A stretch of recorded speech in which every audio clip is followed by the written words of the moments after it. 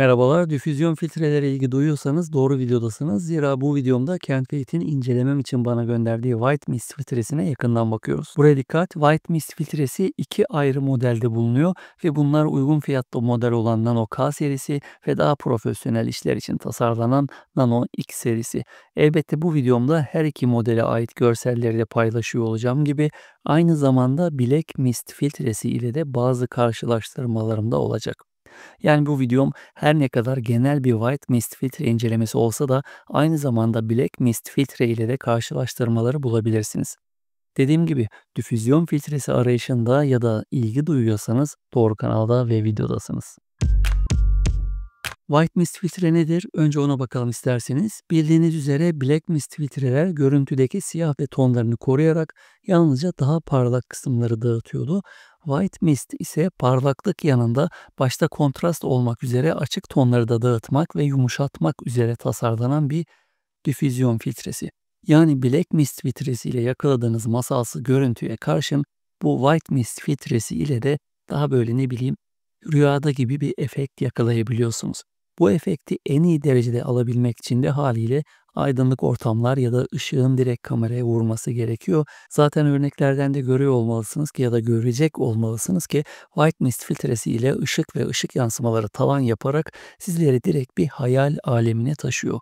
Bu etkiyi bir tık daha arttırmak için dilerseniz ve elinizde varsa tabii Black Mist filtresi ile aynı anda da kullanabilirsiniz. Özellikle yapacağınız çekimlerde çekim amacınızda böyle bir ortam gerektiriyorsa kesinlikle memnun kalacağınızı belirtebilirim. White Mist filtreyi videografi amacıyla olduğu gibi fotoğraf çekimlerinizde de kullanabilirsiniz. Özellikle Black Mist filtrenin takipçilerimin bildiği üzere fotoğraflarda yarattığı etkiyi gerçekten sevdiğim için White Mist'i de onun tamamlayıcısı olarak görüyorum ve kamera tutkunlarının ellerinin altında mutlaka bulunması gerektiğine inanıyorum. White Mist filtre 1/4 olarak geliyor ve bu da zaten ışığı yeterince dağıtıyor.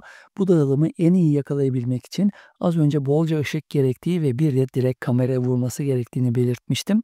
Aklınızda olsun ki bir de geniş açı lens ile etki daha da bir hissedilir oluyor. White Mist filtrelerde aynı diğer difüzyon filtrelerde olduğu gibi farklı markalarda bulunabiliyor ama benim her zamanki prensibim olarak neredeyse aynı işi yapabilen bir marka dururken neden daha fazla ödeyesiniz? Zira kendisinin 2 katı fiyatlara satılan diğer markalarda neredeyse aynı kalitede efekt üretebilen Kent satın almak isterseniz, videomun başında da belirttiğim gibi iki farklı serisi bulunduğundan kullanım amacınıza göre bir tercihte bulunabilirsiniz. Yani hobi amaçlı kullanımlar için Nano K seçebilir, profesyonel işler için de Nano X serisini tercih edebilirsiniz. Burada elbette ve her zaman olduğu gibi karar yine sizlere kalıyor. Zaten görüntülerde her iki modele ait görselleri de görüyor ve görecek olacaksınız.